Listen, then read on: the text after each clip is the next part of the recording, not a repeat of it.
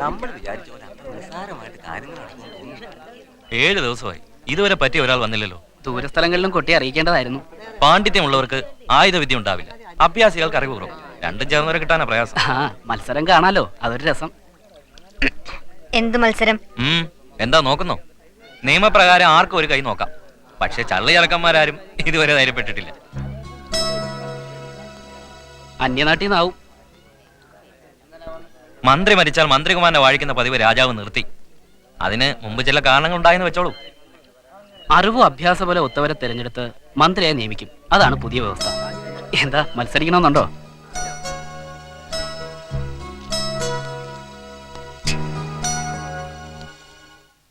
വ്യവസ്ഥകൾ കുറെ കഠിനമായി പോയെന്നാണ് ജനസംസാരം. അങ്ങനെ വേണം. മന്ത്രിസ്ഥാനം കിട്ടാൻ ഇവിടെ തന്നെ എത്ര പേർ സേവയും ശുപാർശയുമായി നടക്കുന്നു.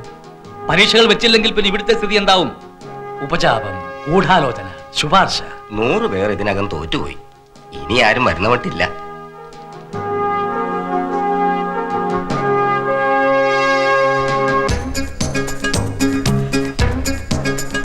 വരുന്നു തേജസ്വിയായ ഒരു യുവാവ്.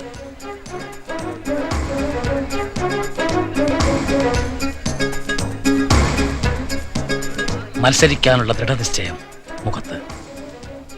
പ്രായം കണ്ടാരും തെറ്റിദ്ധരിക്കണ്ട. ഉറച്ച കാൽവെപ്പിൽ ധൈര്യം, നോട്ടത്തിൽ പക്വത.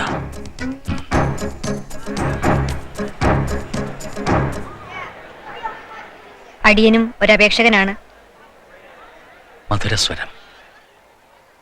അഭ്യാസ പരീക്ഷകൾ കുറച്ച് അപകടമേറിയതാണ്, ആളുകൾ പറഞ്ഞില്ലേ?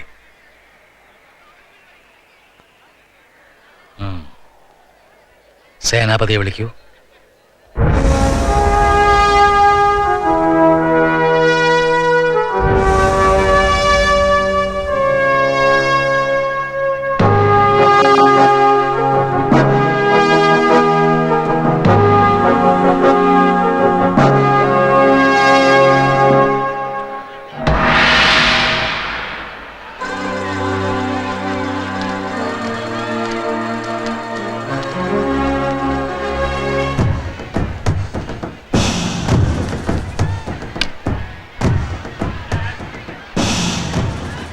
ചെറുപ്പം. കുതിരസവാരി ആവുമ്പോൾ പിന്മാറാനാണ് സാധ്യത.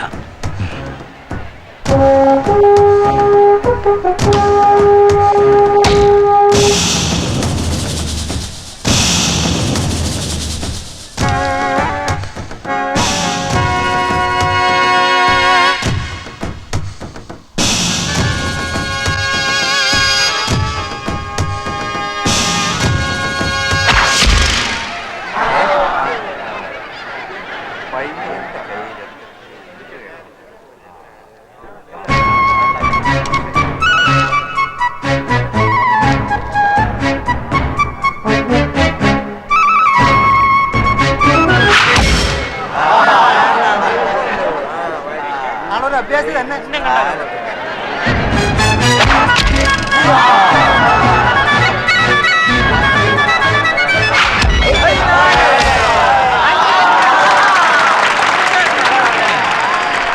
അഞ്ചിലഞ്ചും. We'll be right back.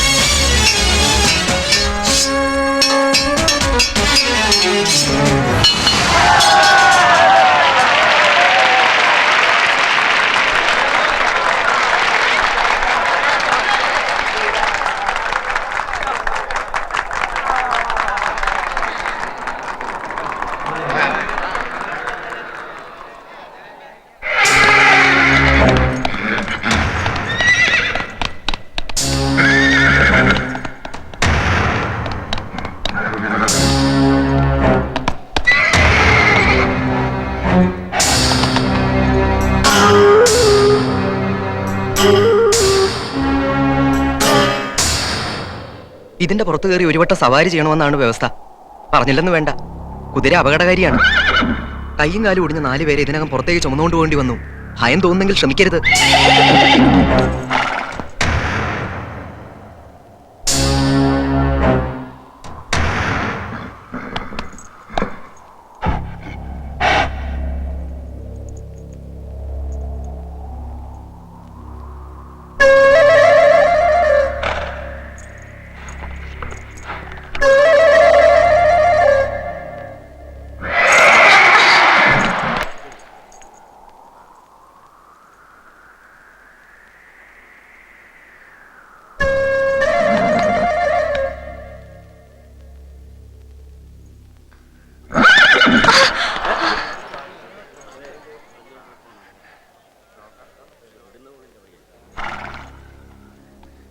നോക്ക്,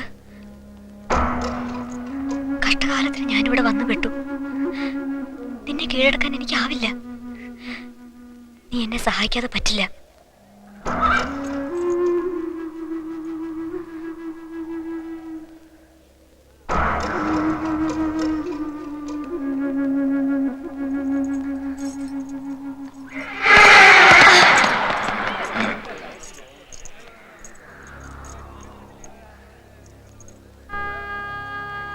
എന്നെ നിനക്ക് വീഴ്ത്താം, ചവിട്ടിക്കൊല്ലാം.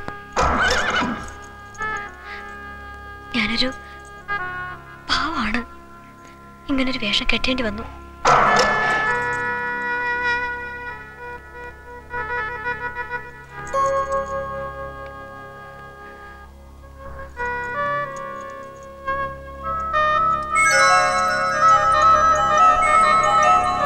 അരുത്, നീ തോൽക്കുന്നില്ല. എന്നോട് ദയ കാണിക്കുന്നു എന്ന് മാത്രം. അരുത്.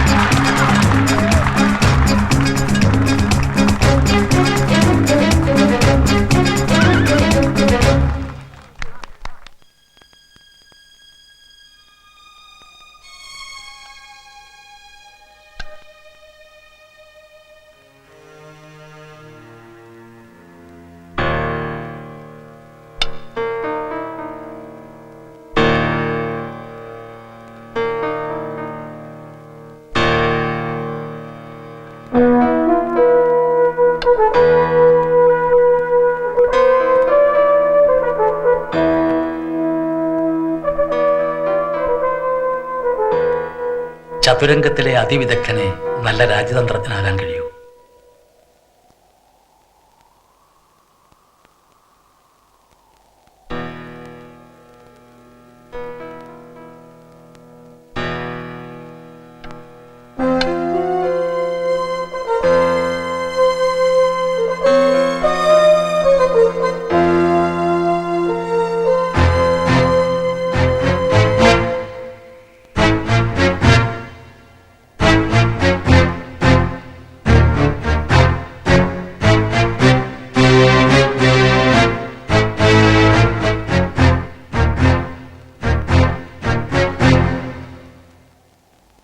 ക്ഷമിക്കണം, എനിക്ക് തെറ്റി. ഉദ്ദേശിച്ച നീക്കം ഇതല്ല.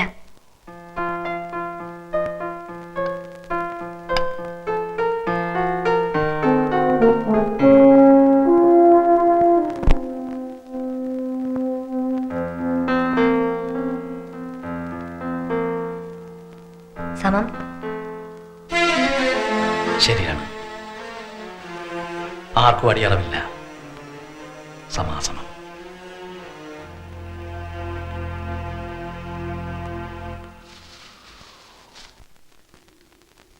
വരുന്നവരോട് ചോദ്യങ്ങൾ ചോദിച്ച് എന്റെ തൊണ്ടയടച്ചു.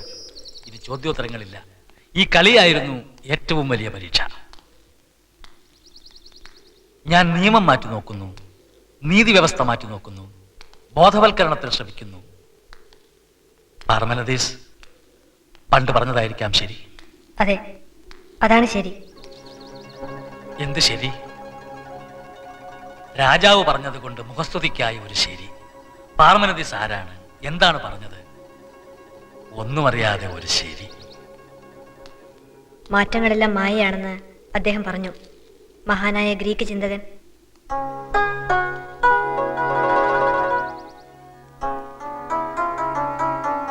പേര്?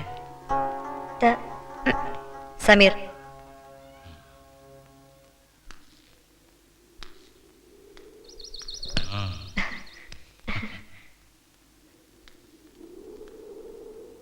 എന്നെ തോൽപ്പിക്കാൻ അവസരമുണ്ടായിട്ടും കളി മാറ്റിയത് എന്തിനായിരുന്നു? ഒരു യുദ്ധത്തിലെ തോൽവി അങ്ങ് മറക്കും, ഒരു കളിയിലെ തോൽവി കയ്പായി മനസ്സിൽ നിൽക്കും എന്നെനിക്ക് ബോധ്യമായതുകൊണ്ട്. ഇന്നുവരെ എന്നെ ആരും തോൽപ്പിച്ചിട്ടില്ല. എനിക്ക് ചില നീക്കങ്ങൾ ഇനിയും പഠിക്കാനുണ്ടെന്ന് ഇന്ന് മനസ്സിലായി. നമുക്ക് ഇടയ്ക്കൊക്കെ കളിക്കണം.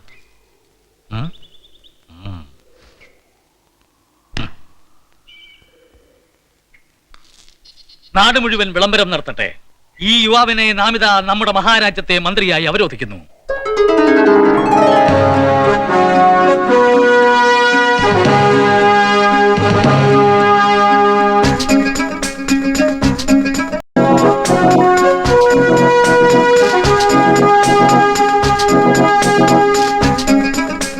മഹാരാജാവിന്റെ അനുമതിയോടെ ഞാൻ ചില ഭരണപരിഷ്കാരങ്ങൾ പ്രഖ്യാപിക്കുന്നു.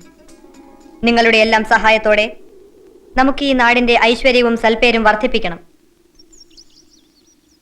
എല്ലാ നാൾക്കൂട്ട കവലകളിലും വഴിയമ്പലങ്ങളും തണ്ണീർ പന്തലുകളും പണിയണം. വിശന്നും ദാഹിച്ചും ഒരാളും ദിൽബാർ രാജ്യത്തിലൂടെ കടന്നു പോവാൻ പാടില്ല. വരൾച്ച ബാധിച്ച സ്ഥലങ്ങളുടെ കണക്കെടുത്ത് അവിടെ ജലാശയങ്ങൾ നിർമ്മിക്കണം. ആ ഉത്തരവാദിത്വം ഞാൻ സേനാപതി ഏൽപ്പിക്കുന്നു. കിണറുണ്ടാക്കുന്ന പണിയോ പട്ടാളക്കാർക്ക്? അവരുടെ വീര്യം കെടുത്തണമെന്നാണോ മന്ത്രി പറയുന്നത്? യുദ്ധം നിത്യത്തൊഴിലല്ലോ. യുദ്ധമില്ലാത്തപ്പോൾ നാട്ടിനു വേണ്ടി ദേഹാധ്വാനം. മടി പിടിച്ചിരിക്കുന്നവർക്ക് ഒരായാസം ഉണ്ടാവട്ടെ.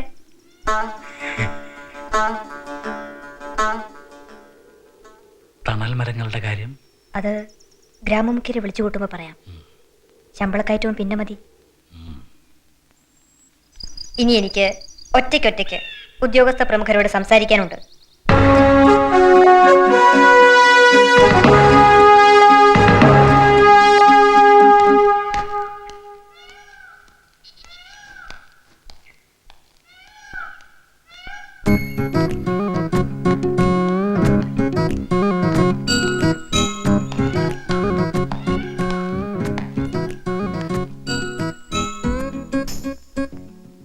അലസരുടെ ഒരു കൂട്ടം തർക്കിച്ചും വാദിച്ചും തളർന്നുപോയി. കേട്ടു കുറച്ചൊക്കെ. അവരെ കൊണ്ട് ശരിക്ക് പണിയെടുപ്പിക്കണമെന്ന് മഹാരാജാവ് സ്വകാര്യം പറഞ്ഞു. കർക്കശനാവാൻ അദ്ദേഹത്തിന് ഒരിക്കലും കഴിയില്ല.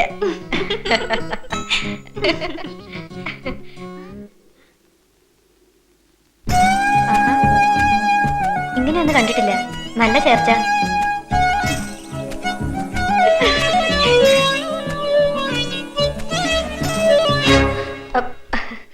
അയ്യോ, ഞാൻ എന്തോ ഓർത്ത് അറിയാതെ. രാജകുമാരി ക്ഷമിക്കണം.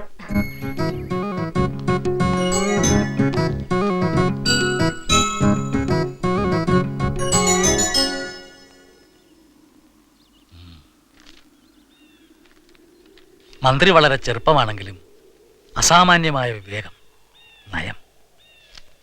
ആശ്വാസമായി. എന്റെ കാലശേഷവും ഈ രാജ്യം ശ്രേയസ്സോടെ നിലനിൽക്കും. രാജകുടുംബവും അനുയോജ്യനായ വരനു വേണ്ടിയുള്ള അന്വേഷണവും അവസാനിപ്പിക്കാം. ശരിയാണ്. അനുയോജ്യൻ, അനുഗുണൻ, അനുരൂപൻ. അതും ഒന്ന് സൂചിപ്പിച്ചാൽ. ഭരണപരിഷ്കാരങ്ങൾ മുഴുവൻ നടപ്പിൽ വരുത്തി കഴിയട്ടെ. ഇപ്പോഴേ തിരക്ക് കൂട്ടുന്നത് ശരിയല്ലല്ലോ.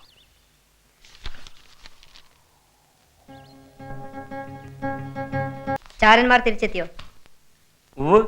ചൂതാട്ട സ്ഥലത്തും മദ്യശാലകളിലും കയറിയിറങ്ങിയ ഒരു ധൂർത്തൻ മൻസൂറിനെ പറ്റി ആളുകൾക്കറിയാം. കണ്ടുപിടിച്ചില്ലേ? ആ കൊള്ളരുതാത്തവൻ എവിടാണെന്ന് ആർക്കും വിവരമില്ല. ചാരവൃത്തിയിൽ പരിചയമുള്ളവരൊന്നും അല്ല ഞാൻ അയച്ചവർ. പരിചയം നേടണം.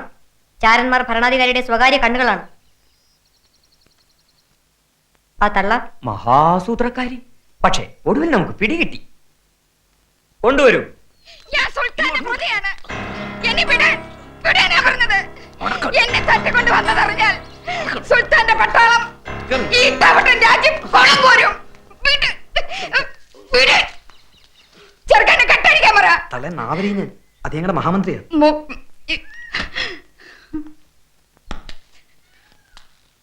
വിചാരണ മഹാരാജാവിന്റെ മുമ്പിലാവട്ടെ.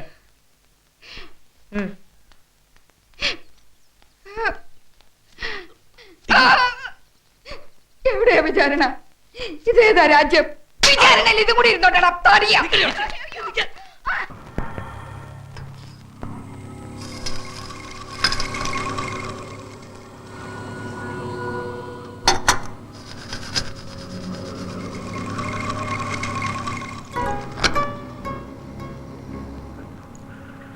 മന്ത്രമണലിൽ ഇത് സ്വയം ചലിച്ച് സത്യം എഴുതും.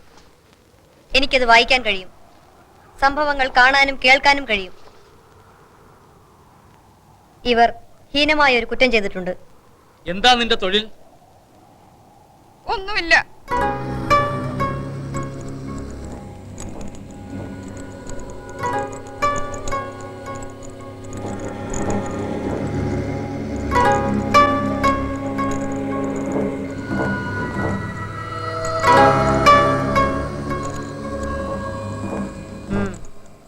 അത്തറും സുറമയും മറ്റും നടന്ന് വിൽക്കലാണ് ഇവരുടെ തൊഴിൽ.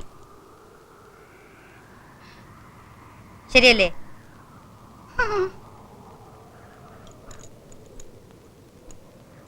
ഇവർ ചെയ്ത കുറ്റം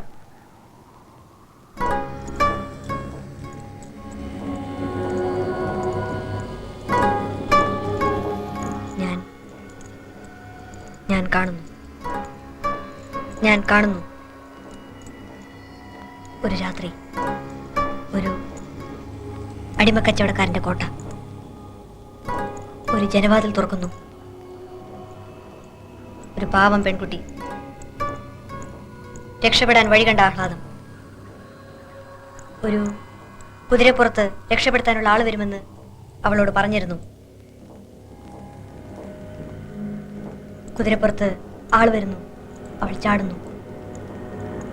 രക്ഷപ്പെട്ടു എന്ന് വിചാരിച്ച് അവൾ ആശ്വസിക്കുമ്പോൾ മനസ്സിലാവുന്നു വന്നത് തന്റെ ചങ്ങാതിയല്ല, ഒരു കൊള്ളക്കാരനാണെന്ന്. ആ പെൺകുട്ടിയെ വഞ്ചിച്ച് കൊള്ളക്കാരന് വിറ്റത് നിങ്ങളല്ലേ? സത്യം പറ. അല്ല അല്ല, അവൾക്ക് ഞാൻ ഒരു ദ്രോഹം ചെയ്യില്ല. ഞാൻ ഒരു തെറ്റും ചെയ്തിട്ടില്ല. എന്നെ വിശ്വസിക്കണേ. മന്ത്രമണലിൽ കാണുന്നത് തെറ്റാറില്ല. പറഞ്ഞതൊക്കെ സത്യമാണ്. പക്ഷേ ഇതെല്ലാരും ഒന്ന് കേൾക്കണം. കൃത്യസമയത്ത് പോകാൻ ഞാൻ ആ ഗുണം പിടിക്കാത്ത ചെറുക്കനോട് പറഞ്ഞതാണ്. വീഞ്ഞും കുടിച്ച് അവൻ സത്രത്തിൽ കിടന്ന് ഉറങ്ങിപ്പോയി. ഞാൻ അവിടെ ചെന്ന് അന്വേഷിച്ചു. സത്ര ഉടമ സാക്ഷി പറയാൻ തയ്യാറാണ്. എന്റെ തെറ്റല്ല.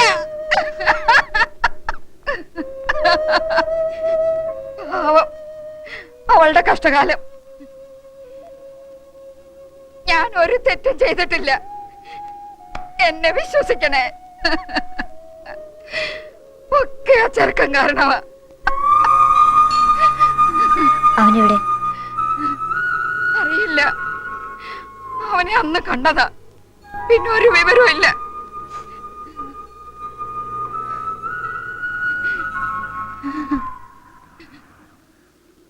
കൂടുതൽ ചോദ്യം ചെയ്യേണ്ടതുണ്ട്. ഇവരെ എന്റെ മന്ദിരത്തിലേക്ക് കൊണ്ടുപോകൂ.